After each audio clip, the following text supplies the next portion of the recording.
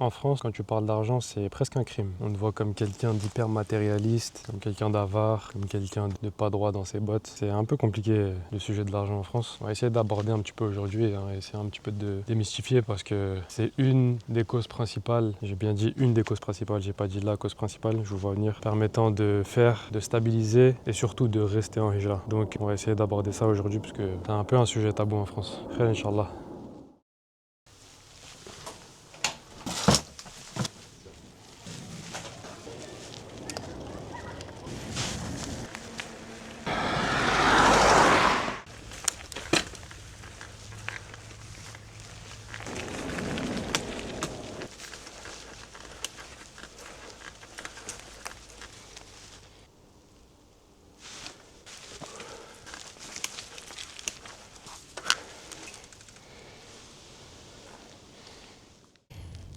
Du coup, c'est un bail comme les frères. Je disais, en fait, en France, à la base, parler d'argent, c'est vraiment un sujet tabou. C'est vraiment, c'est la honte. Il faut pas dire combien tu touches, faut pas dire combien tu fais rentrer avec ta société. Il faut même pas dire que tu es une société. Si tu en as deux, c'est waouh. Et tout ça, encore une fois, parce qu'on est dans un système qui diabolise l'argent. Et là, vous allez me dire, ouais, ok, mais nous, on croit en Dieu et on n'a pas besoin d'argent, entre guillemets, etc. Sauf qu'à l'heure actuelle, la cause principale qui va t'empêcher de faire ta hijra, d'accord, et qui nous empêche tous pour la plupart, c'est l'argent. Et encore une fois, c'est trop tabou pour en parler. Et dès qu'on dit oui, il faut faire de l'argent pour aller en hijra, etc., on nous rabâche, non mais nous on croit en Allah, c'est Allah qui donne, t'as ton risque qui est déjà prédestiné, etc. etc. Mais il n'y a pas de problème les frères. Mais qui t'a empêché de faire les causes? Est-ce que le prophète sallallahu alayhi wa sallam et les sahaba ils s'empêchaient de faire du commerce et des échanges? Est-ce qu'ils s'empêchaient d'être forts? Est-ce qu'ils s'empêchaient d'être riches pour pouvoir faire bouger les choses justement à leur échelle, à leur niveau? Ici, dès que tu parles, et notamment je voyais un frère qui a fait sa hijra en Arabie Saoudite et qui du coup a une agence de Umrah, etc. Et il en parlait lui aussi et je me suis un peu retrouvé dans ce qu'il disait. Et il faisait tout simplement le constat, pardon, qu'à l'heure actuelle, on est la risée de, de la France, parce que justement, enfin de la France, de toute la population mondiale à plus grande échelle, parce que justement, bah, on est des croyants, mais faibles, pardon, financièrement parlant. Et en plus, la plupart du temps, ceux qui vont te dire ouais, mais si tu te concentres trop sur l'argent, après tu pourras pas t'accorder comment dire, à te concentrer sur ta religion, à cheminer vers ton Seigneur, etc. Mais les frères, si vous passez toute votre journée à travailler, c'est quand que tu as le temps pour ta religion? C'est quand que tu as le temps pour ta famille? C'est quand que tu peux faire plaisir à tes proches, faire des causes, etc. En fait, vous prenez le problème à l'envers. Vous avez trop pris pour acquis le mode de fonctionnement de la France. Je m'explique. Quand tu ne travailles pas ici, on vient, on te donne de l'argent, on te le met dans ton compte. Tu n'as pas besoin de travailler. Et vous, en fait, vous pensez qu'Allah il va faire la même chose avec vous. Vous allez attendre chez vous, dans votre coin, et vous allez attendre qu'Allah il vienne et il y a quelqu'un qui vous envoie quelqu'un qui toque à votre porte et qui vous donne une mallette remplie de billets. Ça n'existe pas les frères, subhanallah. Ça n'existe absolument pas. Et encore une fois, il faut arrêter de diaboliser les gens qui font les causes pour faire de l'argent. Vous avez l'impression, encore une fois, que tout vous est dû. C'est... Et vous le retranscrivez même sur la religion. C'est vraiment, vraiment, vraiment un mode de vie et une manière de penser super toxique. Dès que tu réussis, ah ça y est, lui il a changé, il a un peu d'argent, il a fait ci, il a acheté ça. Mais ça veut rien dire les frères. Il y a des gens qui sont pauvres, qui ont autant l'argent dans le cœur que des gens qui sont millionnaires et qui en sont détachés. Ça veut absolument rien dire. L'un n'empêche pas l'autre. Et au contraire, encore une fois, comme je le dis et je le répète, si vous ne faites pas les causes pour faire de l'argent, vous ne partirez pas en hijra. Ou si vous partirez avec des économies, vous allez transpirer, vous allez vous embrouiller avec votre conjoint ou votre conjointe. Et après, vous allez revenir aussi vite que vous êtes parti. Encore une fois, on le sait, on ne va pas se cacher derrière ça. La plupart, la majorité des problèmes de couple, c'est des problèmes d'argent, les frères. Vous voulez pas un petit peu être des hommes capables, faire les causes un tant soit peu? Vraiment, les frères, en France, on a une mentalité pire que moisie. Et surtout quand il s'agit des finances.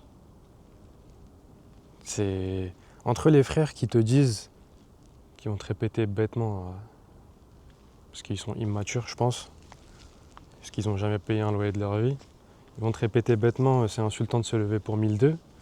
Et de l'autre côté, ceux qui restent dans leur coin et qui te disent, j'attends que Allah il me ramène ce qu'il doit me ramener, et t'inquiète pas, c'est mon risque, je l'aurai, dans tous les cas, je l'aurai. C'est quoi ça, les frères? Il n'y a personne qui veut se faire violence. On est étouffé dans un cocon de confort qui nous paralyse, les frères. Je sais pas si vous vous rendez compte. Voilà, on dirait, tu es là, tu gagnes ta vie comme il faut, tu roules en BM, on dirait c'est haram. Et de l'autre côté, pareil, vous avez un rapport hyper malsain avec le fait de ne pas avoir d'argent. T'as vu, il n'y a pas de juste milieu. Tu gagnes de l'argent, on te critique. Tu gagnes pas d'argent, bah, t'es un moins que rien. Faut savoir, les frères. Il n'y a pas de juste les gars, on fait de l'argent, pardon, et on s'encourage. Entre nous, on se soutient entre nous. Non, dès qu'il y en a un, il monte un petit peu. Ah ouais, mais l'autre, il fait moins cher que toi. Ouais, mais même s'il fait moins cher que moi je le fais. Pourquoi tu vas aller chez l'autre? J'ai pas compris. C'est ça, j'ai pas compris. Alhamdoulilah, de ce que j'ai pu voir et entendre, les frères, les sœurs qui ont fait la Hajjah déjà et qui sont déjà en terre d'islam, qui ont fait les causes, ils se soutiennent entre eux. Parce qu'ils savent que même s'ils donnent en plus, ça ne sera pas perdu. Allah il va leur rendre d'une manière ou d'une autre. Et encore une fois, il faut voir l'argent comme un outil. Il ne faut pas voir ça comme une fin. Ce n'est pas le but d'une vie. C'est un outil. C'est un moyen d'eux. Ce n'est pas une fin en soi, l'argent. Et on ne demande pas non plus à être riche. Le but, c'est juste de pouvoir se dégager le maximum de temps possible pour se reconcentrer sur les choses essentielles. Si demain, pareil, tu fais de l'argent et qu'après, oui, tu oublies tous tes principes, tu oublies qui t'es, tu oublies d'où tu viens, tu oublies ta religion et tout ce qui s'ensuit et ta famille, ça vaut pas le coup, mon frère. Ça vaut vraiment pas le coup. Bref, c'était juste une vidéo, je vais pas dire un coup de gueule parce que je vais pas m'énerver avec vous, c'est pas le but, les frères. Je pense que déjà, je suis déjà assez dur pour la plupart dans mes propos, mais faut qu'on se recentre par rapport à ça. Il faut démystifier, il faut déconstruire toute cette mentalité qu'on a vis-à-vis de l'argent. Parce qu'encore une fois, c'est quelque chose qui nous empêche d'avancer. C'est quelque chose qui va t'immobiliser. Si tu ne fais pas le nécessaire et que tu as honte de te dire « il me faut de l'argent » ou tu as honte de te dire « à l'heure actuelle, je suis pauvre, il faut que je me serre la ceinture, il faut que je fasse certains sacrifices », tu ne vas jamais avancer. N'oubliez pas, si vous faites ce que tout le monde fait, vous aurez les résultats que tout le monde a. C'est simple, l'équation, elle est archi simple. Encore une fois, sous couvert du bon vouloir d'Allah. Mais, les frères, n'ayez pas honte. Faites les causes. Demandez aux frères qui vous entourent, qui font de l'argent, comment tu fais, de manière bienveillante. Il n'y a pas de honte. Frérot, je galère, tu peux me dire comment on fait ci, tu peux me dire comment on fait ça. Dans mon entourage, à chaque fois que je parle à mes proches et que je leur dis il faut faire la hajjah, il faut se barrer d'ici, ici c'est fini, etc. Tout le monde me dit ouais mais t'es marrant, mais on fait comment? Et ça c'est un truc que même sur les réseaux sociaux tu retrouves. Ouais mais t'es marrant, on fait comment? Mais je suis qui moi en fait pour faire votre argent?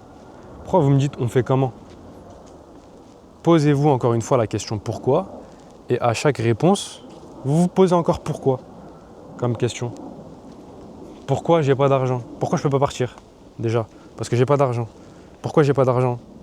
Bah parce qu'à l'heure actuelle, je sais pas, je suis salarié, parce que je suis trop feignant, parce que je travaille pas, parce que j'ai pas envie de faire les causes, parce que j'ai des problèmes d'argent peut-être tout simplement. J'ai une mauvaise éducation financière, parce que ma femme elle est peut-être un peu trop dans un train de vie d'Instagram, pour rester poli. Et peu importe la cause. J'aime trop faire des péchés, que ce soit fumer, boire, se droguer et tout ce qui s'ensuit. Voilà. Peu importe votre cause d'où vient l'argent. Et ensuite, pourquoi vous faites ça? Et pourquoi vous n'arrivez pas à faire ça? Et vous creusez, vous allez arriver à la réponse finale. Enfin, du moins au problème final. Et là, au problème final, vous posez la question. Et petit à petit, vous déconstruisez. Voilà, palier 1, palier 2, palier 3. Et vous reprenez le contrôle de votre vie comme ça, les frères, petit à petit. On ne peut pas se permettre, encore une fois, de faire les assister. Même le prophète, sallallahu alayhi wa sallam, il faisait les causes. Il allait en guerre, il allait dans les marchés, il allait n'importe où, il faisait les causes. Il ne restait pas chez lui parce que c'est un prophète. Ça veut dire quoi? Tout va tomber à sa porte parce que c'est un prophète? Non. Et tous les prophètes ont fait les causes. Tous les prophètes ont fait des causes. Mais nous, le système français, il nous a brisés. Non, faites pas les causes, les gars. On va venir chez vous, on va vous envoyer des virements, vous inquiétez pas, ça va bien se passer. Vous travaillez pas, bah c'est pas grave, après tranquille. Ah, quand vous serez trop vieux, on va vous donner la retraite, vous inquiétez pas. Et après, vous pensez que c'est un dieu. Encore une fois, quand on va vous dire il n'y a plus, vous allez vous plaindre. Bref, arrêtez de diaboliser ça, les frères.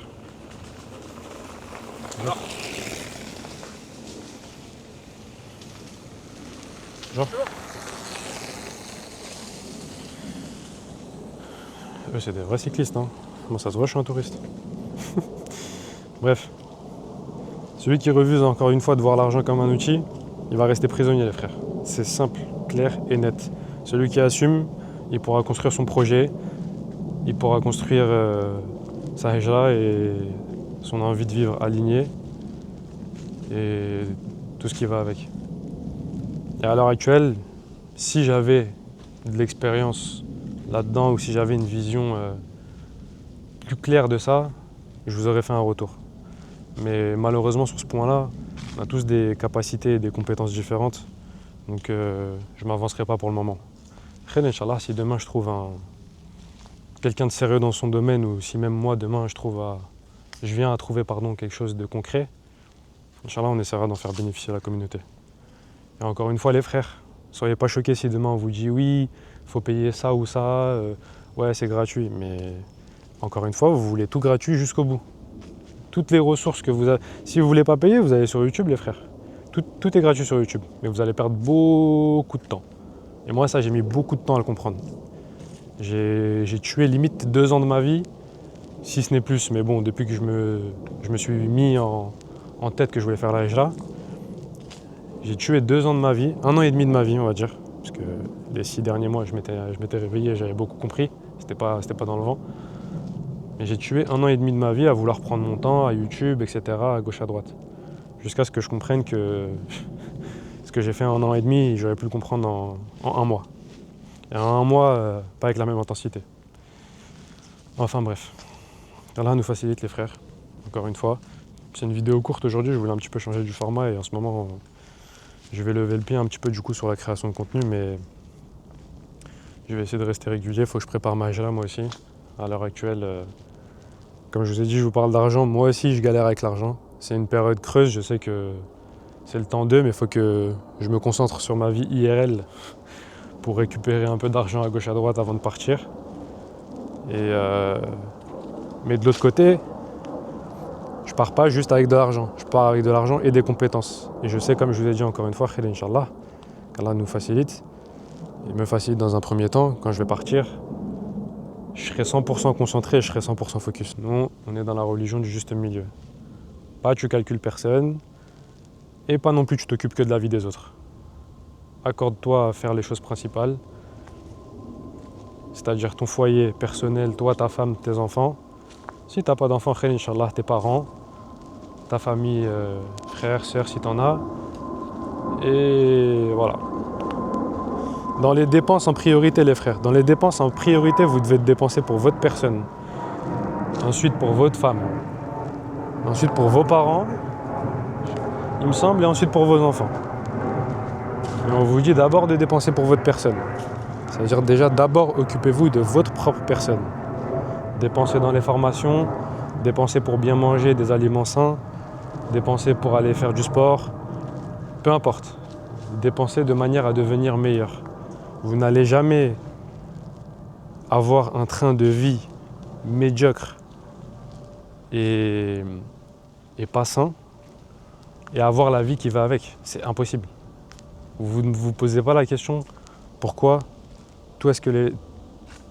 pourquoi est-ce que tous les gens qui réussissent, j'arrive pas à la faire la phrase. Non, pourquoi tous les gens qui réussissent, pardon, ouais, c'était simple pourtant. Pourquoi tous les gens qui réussissent, d'accord, financièrement parlant, parce que là on est sur le sujet financier, pourquoi tous les gens qui réussissent financièrement parlant, ils font aussi du sport, là pour la plupart, aussi ils mangent bien, aussi ils s'occupent de ça, et de leur famille, et de leur bien-être mental, etc. Et ils se forment. Vous vous êtes jamais posé la question? Parce qu'ils investissent en eux-mêmes, de manière générale. Ils ne se concentrent pas que sur l'argent, ils ne se concentrent pas que sur le sport. C'est un ensemble, c'est un cercle vertueux. Donc accordez-vous à être dans ce cercle vertueux encore une fois. Et si vous ne savez pas comment, suivez des gens qui sont dans ce cercle vertueux-là, déjà. Et vous allez voir que ces gens-là, pour la plupart, ils n'ont pas été prédéterminés à aller là-dedans. Il y en a oui, et il y en a non. Et la plupart du temps, vous verrez que si c'est accessible pour eux, c'est accessible pour vous également. Khair Inch'Allah les frères. Comment ils descendent? Voilà, ils descendent archi vite. J'allais mourir là.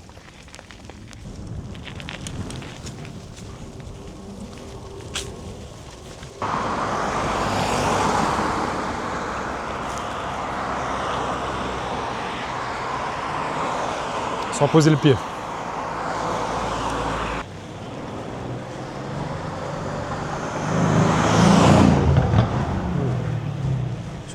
Ouais, normalement, quand vous voyez ça, les frères, vous dites Allahumma barik. Moi, je l'ai pas dit. Du coup, je l'ai dit.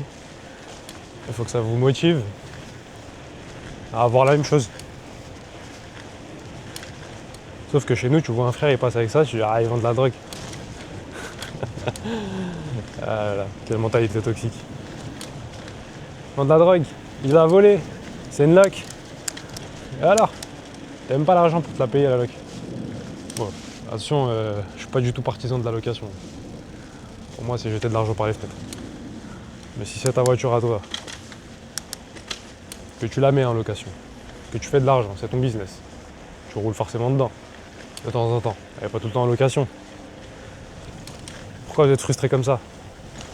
Pourquoi vous dites pas je veux la même, je vais travailler pour? Et même si vous en foutez des voitures à la base, tout le monde aime bien un petit peu les voitures. Je sais pas, ça vous motive. C'est une raison de... C'est un objectif en fait. Si t'as pas d'objectif dans la vie, tu vas jamais rien faire de ta vie. Non? Enfin bref.